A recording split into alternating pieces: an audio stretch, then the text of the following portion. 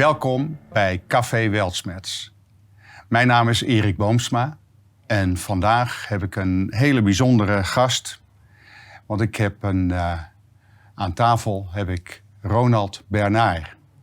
En daar ga ik een gesprek mee hebben. Ronald, van harte welkom bij Café Weltschmerz. Dankjewel.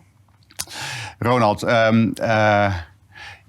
heel veel mensen die kennen jou al van YouTube-video's. Je hebt je eigen kanaal en daar heb je heel veel verteld in allerlei interviews. Mm-hmm. En daar heb je ook verteld hoe je actief was in de financiële wereld. Vroeger, ja. Vroeger, ja. En waarmee ik zou willen beginnen is aan de hand van dit plaatje om je te vragen van, kun je daar iets over vertellen vanuit jouw visie over het huidige financiële systeem van de wereld en wat ook jouw rol daarin is geweest in het verleden? Ja, nou vooropgesteld, ik ben eigenlijk mijn hele leven al klein zelfstandig ondernemer. Ik hou het altijd bescheiden. Maar in mijn eerste leven heb ik inderdaad een carrière doorlopen die anders was dan in de fabriek. Ik heb vele branches in de zelfstandig ondernemer doorlopen. Maar uiteindelijk kwam het zover dat ze aan mij zeiden van, joh, je bent altijd bezig met geld verdienen. Waarom ga je niet in de geldhandel zelf? En zo ben ik uiteindelijk meer in de kern van de financiële wereld beland. Middels allerlei financiële diensten die ik dan als service verleende. Daarin heb ik dus erg mijn best gedaan, waardoor ik opviel. En zeg maar de laatste 5 jaar van mijn carrière in mijn eerste leven ben opgeklommen tot aan wat je daar ziet, de gouden driehoek. Ja. En dat is dus boven ook het stuk wat zichtbaar is in deze wereld. Want de top van het financieel systeem, het oude financieel systeem, dat is dus de Bank of International Settlements. En die zie je in die piramidale structuur, zie je die daar net onder de gouden driehoek staan. Ja. Dat is dus de lakij, het doorgeefluik van de werkelijke macht. De werkelijke macht, waar de mensen geen flauw benul van hebben van wie dat nou eigenlijk zijn, die dames en heren. Want uiteindelijk kom je natuurlijk bij mensen terecht. Dit systeem is zo ingericht, het is vampiristisch. Het onttrekt alle waarde op aarde. Dus wij mensen produceren door middel van arbeid en uren waarde, echte waarde. En door alle financiële mechanismes die hier in beeld zijn gebracht, wordt dus alle waarde onttrokken. En dat gaat maar één kant uit en dat is naar de gouden driehoek. Nou, die mechanismes. Kijk, vroeger in mijn werk was het zo dat zeg maar de verbinding tussen de mensen en die machtsstructuur. Want dat is helemaal onderin. Dat is helemaal onderin, waar je de aarde ziet. En daar net boven People, Planet en All Living Things, daar zie je de regeringen. Nou, dat zijn wat ik dan noem puppets. Dat zijn dus de trekpoppen. Ja. Die zo gauw ze verkozen zijn en ingezworen worden als minister, de hogere macht dienen en niet meer het volk. En die zijn een hele belangrijke mechanisme, want die moeten constant de illusie blijven wekken dat wij in een democratie leven en dat ze hun uiterste best voor ons doen, terwijl ze dat helemaal niet doen.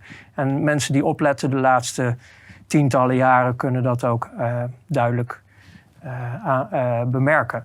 Nou, die mensen, maar ook de mensen daarboven, dus bepaalde mensen binnen multinationals, maar ook binnen banken, praat je ongeveer over 1% van de mensen daarin. Maar ook de normale centrale banken, zoals de Bank van Engeland, van Australië en al die soorten. Maar ook de Wereldbank en het IMF en dus uiteindelijk de Bank of International Settlements. Daar zitten allemaal gecorrumpeerde mensen. Die zijn bijvoorbeeld gechanteerd of die hebben een contract getekend waarin ze dus hun privileges, hun wensen in het leven gehonoreerd krijgen. Nou, in mijn werk om dus...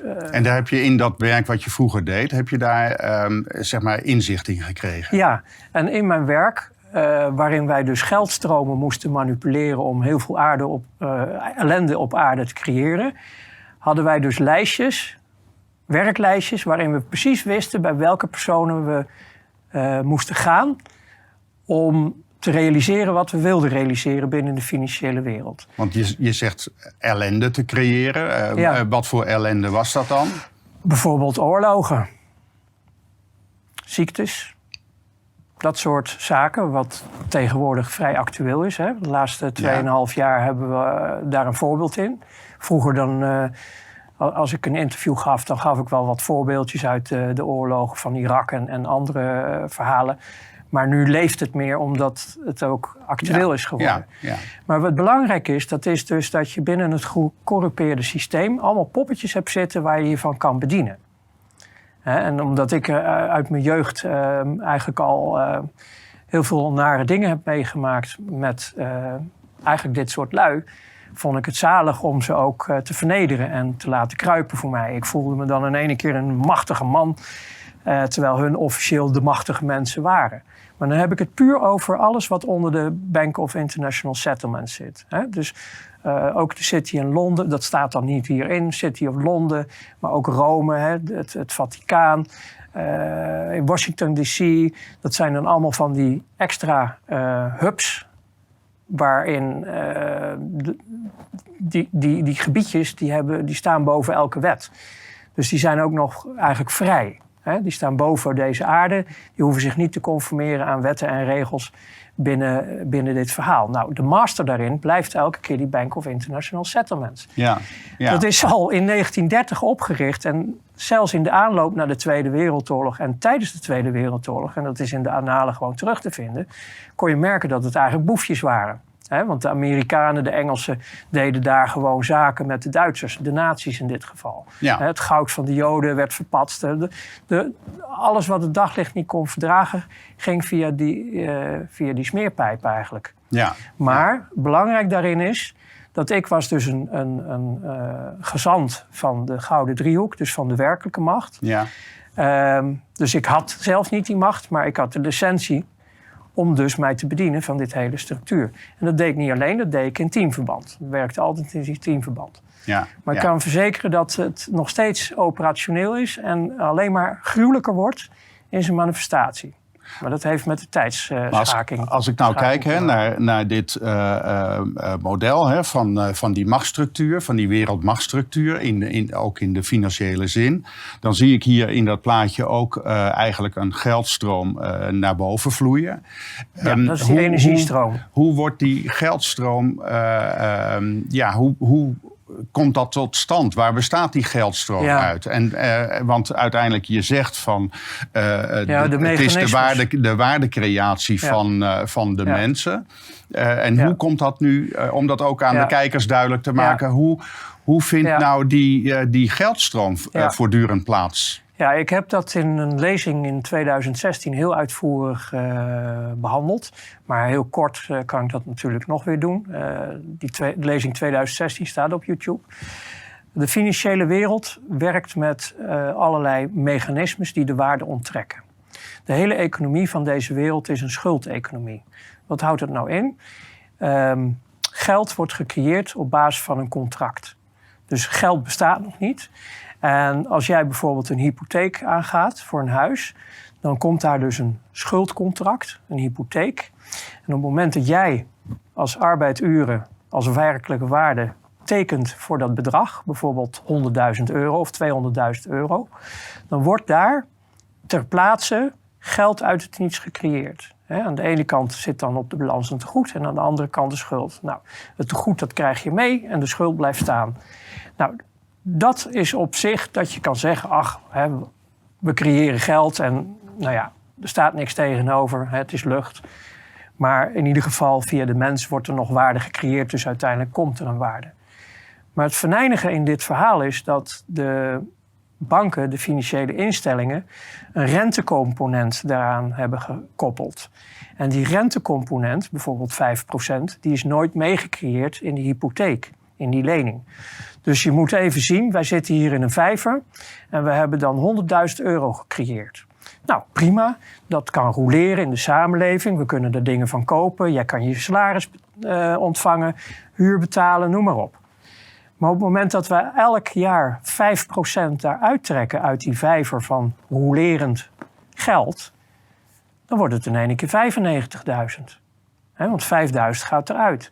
Als je dat elk jaar zo doet, dan wordt zeg maar de spoeling heel dun. Dan hebben we steeds minder geld om met elkaar iets te ruilen. Want het is eigenlijk een ruilmiddel. Hè? Het is geen barter, maar een ruilmiddel. Ja. Geld is een ruilmiddel, dus het moet ons dienen. Ja. Maar dus, omdat je dus een steeds groter tekort krijgt in die vijver waar 100.000 euro zat. En uiteindelijk wordt het 50.000. Ja, dan, sorry, ik heb geen geld. Nee, het zit bij jou, het zit bij hem, het zit bij haar. Maar bij de massa zit een tekort. Nou, om dat dus op te lossen, hebben ze dus elke keer schuld op schuld creatie nodig. Daarom dat het ook een schuldeneconomie heet. Om dus elke keer dat gat weg te poetsen. Dus daarom zie je ook de staatsschulden bij de overheden. Je ziet overal eigenlijk alleen maar alles naar een plafond gaan van... sommige landen zijn technisch al lang failliet. Dat kan helemaal niet meer. Met hetgeen wat binnengebracht wordt en wat er moet worden afgelost, gaat het helemaal niet meer. Zeg maar. Ja. Dus ook staatsschulden hebben een rentecomponent. Dus dat onttrekt ook weer uit de samenleving, uit het belastinggeld, onttrekt weer, zegt die 5%, elk jaar gaat die hele vrachtwagen met 5% naar boven, happen, happen, happen. En in die financiële lagen worden weer schuldcontracten getekend. Ik bedoel, die oorlog die nu gaande is, wat een verdienmodel. Iedereen gaat dieper in de schuld, want er worden wapens geleverd, vaak nog oudere modellen. Hè? Want en dan... Ze dumpen de rommel. Ja. Nou, maar daar zitten wel schuldcontracten tegenover. Oorlog is zalig voor dit soort mechanismes. Want er wordt afschuwelijk veel geld verdiend. En in het financieren van die oorlog, daar was jij destijds ook bij betrokken. Wij zorgden ervoor dat er onopvallend geld verplaatst werd naar de plaatsen waar het moest zijn. Dus bijvoorbeeld met de Iraki-oorlog waren er embargo's op het olie. Nou, dit is echt bizar hoor. Wij moesten toen ervoor zorgen dat onzichtbaar de Iraki-dollars, want het waren Amerikaanse dollars, maar in de financiële wereld noemen we het de Iraki-dollars. Moesten wij ervoor zorgen dat die dollars weggepoetst werden en weer zo boven water kwamen dat Irak in ieder geval de basis kon voorzien. Hè? Want de embargo's zaten bijvoorbeeld op economische en olie, maar niet op de eerste behoeften van de mens. Maar de bizarre was, degene die de embargo's hadden ingesteld, die kochten tegen spotprijzen, kochten juist die olie. Dus de geallieerden in dit geval, die hadden de embargo's gezet op de olie. Mag niet meer kopen. Maar illegaal, of onder het radar, werd gewoon diezelfde olie door diezelfde mensen gekocht die de embargo's hadden ingesteld. Nou, om dat onopvallend te houden, onder de tafel, moesten er dus jongens zoals ik in een team ervoor zorgen dat al dat geld onzichtbaar verdween en weer boven tafel kwam. Het bizarre aan dit verhaal is dat anno 2022, nu met die blokkade van Rusland, dat dit helemaal niet meer in geheim gebeurt. Ik lees nu gewoon in de mainstream in de kranten dat de EU een recordbedrag aan gas koopt van Rusland. Ik zie dat de oliespot goedkoop de deur uitgaat. Maar het staat nu gewoon in de krant. Dus wat wij vroeger nog moesten wegpoetsen, wordt nu hondsbrutaal zo gewoon hop. Maar dat betekent ook dat aan iedereen verteld. Dat betekent ook dat de mensen in die gouden driehoek, dat die zich ook momenteel oppermachtig voelen. Ja, en dat heeft denk ik te maken met hetgeen wat ik vroeger nooit geloofde. Want vroeger hadden we het altijd over een langetermijn stappenplan. Ze hadden het over een ontwikkeling van honderden jaren voor mij, maar nog tientallen jaren na mij. En hun agenda die loopt tot 2028. En ik dacht, ja, jullie zijn een beetje koekoek. Ik hechtte daar nooit geen waarde aan dat soort dingen. Maar gaandeweg de tijd, wetende wat hun aan het doen zijn, heb ik heel veel van de dingen die ik toen afwees als zijnde, wat een onzin. Nou ja, goed, ik maak carrière, ik verdien mijn geld. En ik kan ook vooral mijn haat en mijn woede uiten door mee te gaan in die destructie. Want destructie is het verdienmodel. Moet ik achteraf zeggen van jongens, het is me nu wel duidelijk dat hun eigenlijk zo zeker zijn van hun verwezenlijking van hun uiteindelijke agenda, dat ze ook steeds zichtbaarder worden in hun daden. Niet in persoon, maar wel in daden. Want mensen denken altijd van, oh, het is die en het is die. En ik heb al best wel wat onderzoeken de laatste jaren voorbij zien komen. Vooral in de pandemie van de laatste 2 jaar. Ja. En dan zie je allemaal sporen die worden ontdekt. Omdat het gewoon zichtbaar is op internet. Van, oh, daar zit de macht, daar zit de macht. Maar de werkelijke macht is helemaal niet zichtbaar. De machten die nu op aarde op internet te vinden zijn... voor alle mensen, als ze goed zoeken... dat zijn de master puppets. De master puppets, maar het zijn niet... Maar dat zijn dan nog steeds de zichtbare, voor ons zichtbare. Ja. De mensen waar ik uiteindelijk voor heb gewerkt... omdat ik zo mijn best deed... kijk, nu kijk ik er anders tegenaan... maar het waren mensen waar iedereen bang voor was... omdat ze bovennatuurlijke krachten hadden. Alleen nu zie ik het anders... Maar toen de tijd was het zo. Ik heb het gezien met een collega van mij, die had iets stouts gedaan. Hij heeft niet de groep beschadigd, maar die kreeg een waarschuwing. En ik stond naast hem en ze legde een hand op zijn hart. En later heeft hij me gezegd, nadat het geschreeuw over was... dat hij zich van binnen voelde branden. Nou, dat zijn dingen, daar hadden we toen erg veel ontzag voor. Ze wisten ook al dwars door een deur heen dat we eraan kwamen. Ze konden gedachten lezen. Ze waren echt hoogbegaafd. Maar het wat me... want ik heb jouw video's ook bekeken. En je interviews die je gegeven hebt. En op een gegeven moment werd je... Zoals je dat vertelde, werd je ook zo vertrouwd... dat je uitgenodigd werd om bij bepaalde bijeenkomsten aanwezig te zijn... En wat ik begrepen heb, is dat op een gegeven moment van een dusdanig kaliber was... dat je daar eigenlijk gezegd hebt van nou, ik kan hier niet meer aan meedoen. Nee, je had gelijk een zware snaar aan. Ja. Weet je, ik heb gepoogd de laatste 2 jaar een boek te schrijven... dat is aan de kant geschoven. Maar daarin heb ik heel veel herbelevingen gehad. En weet je, toen ik in 2017 voor het eerst vertelde... het meest vreselijke wat me daarin overkomen was... en dat ik dus ook knapte... toen ik dat boek weer aan het schrijven was... en vooral dus ook de kerkregels van de satanisten... weer op het netvlies kreeg... Ja. Wat ik altijd heb vertrouwd en geloofd toen de tijd... want ik was dus ook betrokken bij de satanisten. Ik maakte ook deel uit... Ik was betrokken, maar ik was geen lid. Ik was altijd gast.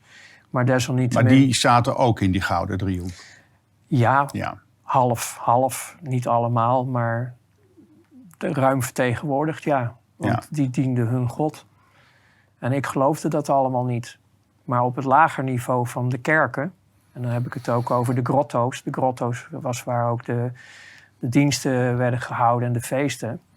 Dus ik zat daar meer lacherig in van... ach, weet je, ik geloofde namelijk helemaal niet in meer dan hemel en aarde. Voor jou was het tot op een zeker niveau was het van... nou, ik feest lekker mee. Ik feest lekker mee. De dames, de zusters waren beschikbaar. De drank was beschikbaar. Alles was beschikbaar. En voor mij was het een heerlijke ontspanning en het wilde leven. En Maar er kwam een moment dat het voor jou... dat je zei van nou, hier kan ik niet meer aan meedoen. En toen... je hebt dat in je interviews... heb je dat mensen die daar iets meer over willen weten... die raad ik aan om op jouw eigen YouTube-kanaal... daar maar eens van die video's te gaan kijken. Ja. Maar ik begreep wel daarvan dat op enig moment... waren er dingen waarvan jij zei van nou, hier kan ik niet meer aan meedoen. En toen wilde je eruit. Ja, uit dat systeem. Ja. En je wilde ook je rol niet meer vervullen binnen dat systeem. Het ging niet meer. Kijk, het zat hem allemaal in die kerkregels. Het waren er 10. En 1 daarvan was dat kinderen heilig waren. Die waren beschermd. En dat was nou juist het punt wat ik geloofde dat waar was. En dat bleek dus niet waar te zijn. En daar ben ik op een keiharde manier achter gekomen. Ja. En... maar ja, toen je eruit wilde, Ronald... ik kan me voorstellen dat niet zomaar gaat. Nee, toen kwam er dus zoveel spanning in mezelf... dat ik eigenlijk niet meer wilde, maar ik zat wel in een systeem, in mechanismes. Ja. Ik had ook een contract getekend, niet met bloed, maar wel een overeenkomst. Je zou nooit namen noemen van mensen waar je voor werkt of die met je samenwerkten. Ja, en hoe dan eruit? En wat gebeurde er toen je dat kenbaar maakte? Nou, ik kon dat helemaal niet kenbaar maken. Ik kreeg alleen maar een enorme spanning in mezelf en ik wilde eruit, maar ik kon er niet uit. Ja? En wat gebeurde er toen? Uiteindelijk heb ik een hartfalen gehad. Ik ben er dus op een abnormale manier uitgegaan, want in het stuk van eruit gaan, zij ontdekte dat ik dus niet meer goed functioneerde op topniveau. Ja. Toen hebben ze me eruit gehaald. Normaal in mijn contract stond, als je dus mensen beschadigt binnen de organisatie, krijg je een marteldood. Ze hebben mij wel meegenomen, ze hebben me wel gemarteld, maar ik ben niet gedood. Ik heb toen nog opdrachten gekregen na de behandelingen. En die ben ik gaan uitvoeren. En in die spanning is mijn hart uiteindelijk gaan falen. En wat gebeurde er toen? Want, toen ben ik dus weggegaan, zeg maar, uit mijn lichaam ook. Ik heb dus gezien dat je niet doodgaat. Als je lichaam doodgaat, ga je niet dood. Dan heb je het eigenlijk over want je zit hier nog. Ja, dat noemen ze een bijna doodervaring. Ja. Die heb ik dus ook nog doorleefd. Ja. De tijd die ik heb doorgebracht buiten mijn lichaam is voor mij eeuwig. Maar de dokter en mijn moeder zijn het er nooit helemaal eens over geworden hoe lang het was. Maar zeg tussen de 10 en de 15 minuten ben ik maar werkelijk eruit geweest. Dat alles gestopt was. Ja. En dat ze me weer terug hebben gehaald. En nadat je die bijna doodervaring hebt gehad, wat heeft dat voor jou gedaan? Wat is er veranderd op dat moment? Nou, ik heb bijna een jaar in meerdere klinieken gelegen om te herstellen. Want daaruit kwam ook duidelijk naar voren. Mijn gezicht was nog redelijk intact, maar ze hadden wel heel veel dingen waargenomen van beschadigingen. En ik begon in de klinieken mijn verhaal te vertellen en dat geloofde niemand. Totdat er dan uiteindelijk van heel dichtbij getuigen zijn opgeroepen waar ik voor teken en dat mag. En toen werd geloofd wat ik allemaal had doorleefd. Wat er daarna is gebeurd met mij, dat is dat ik kon niet meer leven in de samenleving zoals we die kennen. Ik kon me ook nergens meer registreren. Dus ik was eigenlijk een soort van vogelvrij. En op die manier heb ik dik 9 jaar ondergedoken geleefd. Met een uitloop naar 11 jaar. De laatste 2 jaar ben ik heel voorzichtig stapjes gaan maken. Ik heb toen ook voor het eerst via een consulaat een paspoort aangevraagd. Dat was een eerste test. Via advocaten had ik namelijk te horen gekregen dat zeg maar heel veel van de wanted, de zoek, was weg. Maar ik kan me ook voorstellen dat, je vertelt net over dat voor die bijna doodervaring, dat je eigenlijk meedeed met het hele systeem.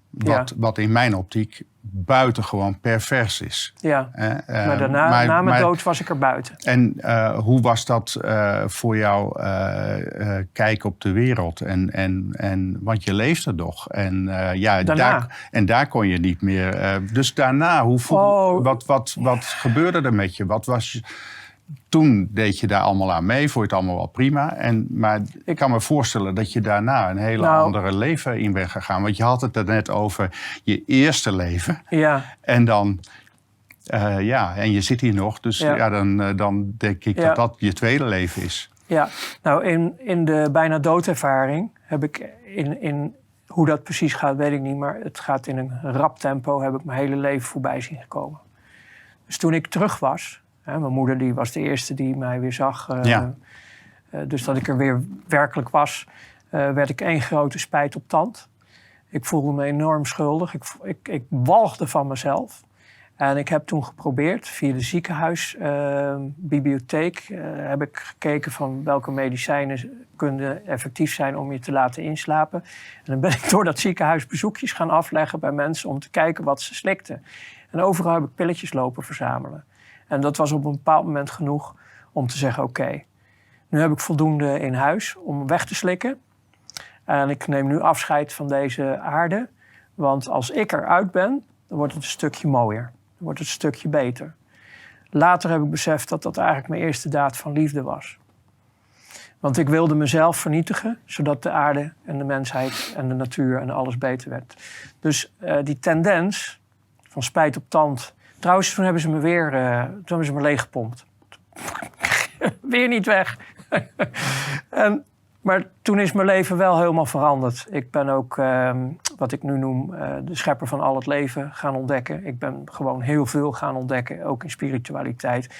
Maar mijn eerste genezingen zaten hem vooral in de natuur. Toen ik uit het ziekenhuis ontslagen werd, heb ik voor het eerst in mijn leven echt verbinding gekregen met de natuur. Met moeder aarde. En dat heeft een hele helende en genezende werking gehad op mij. Dus al die jaren dat ik niet in het systeem kon zitten, omdat ik weet hoe je dat moet doen. Dus zeg maar, je bent van de planeet af terwijl je er toch nog rondloopt. Dat is een heel groot helingstraject geweest waar ik vele jaren over heb gedaan. Maar uiteindelijk was het zover. Toen was je missie in het eerste leven was je missie van vernietiging en vergaren van lekker veel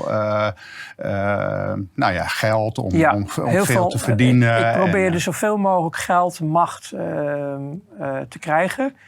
Maar mijn hoofddoel was een totale vernietiging van al het leven. En wat is het nu?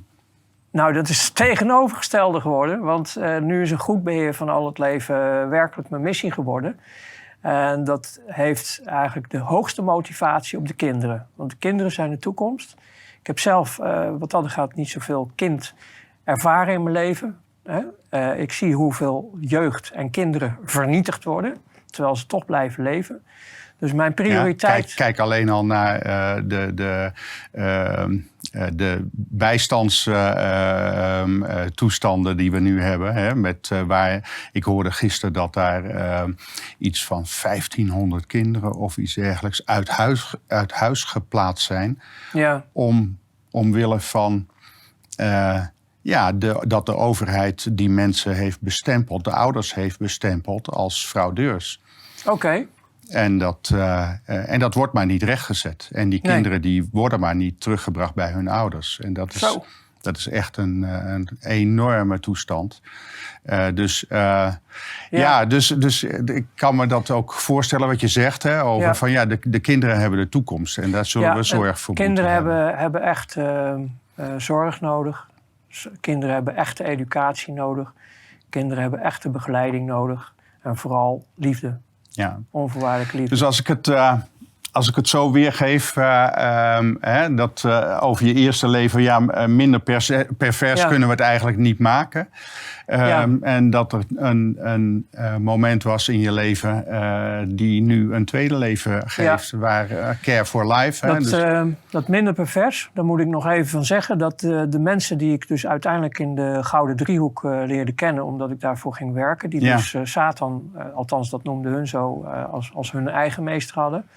Die hebben altijd voor ogen gehad om een deel van de bevolking, de aardse bevolking, in leven te laten. Terwijl mijn eerste doel was totale vernietiging. Dus ik vond iedereen maar watjes. Mijn vuur voor destructie was nog veel erger als wat de huidige top is. Ik heb dat later bijgesteld, omdat ik merkte dat ik binnen die kringen eigenlijk soortgelijke mensen ontmoette, gelijkgestemden. Ja. En toen had ik ook zoiets van, die kunnen dan best wel blijven leven, toch? Dus ik heb het later wel bijgesteld. Maar de totale vernietiging had ik voor ogen en hun niet eens. En nu heb je je leven in het teken gesteld van behoud en opbouw. En zorg. Behoud en opbouw en transformatie, want alles is mogelijk. De totale schuldenlast van de wereld die is dus op dit moment 268.000 miljard. Gaan we in dat angstsysteem blijven zitten? Of gaan we kiezen voor liefde? Beste mensen, hartelijk dank nogmaals voor de aandacht en tot de volgende keer.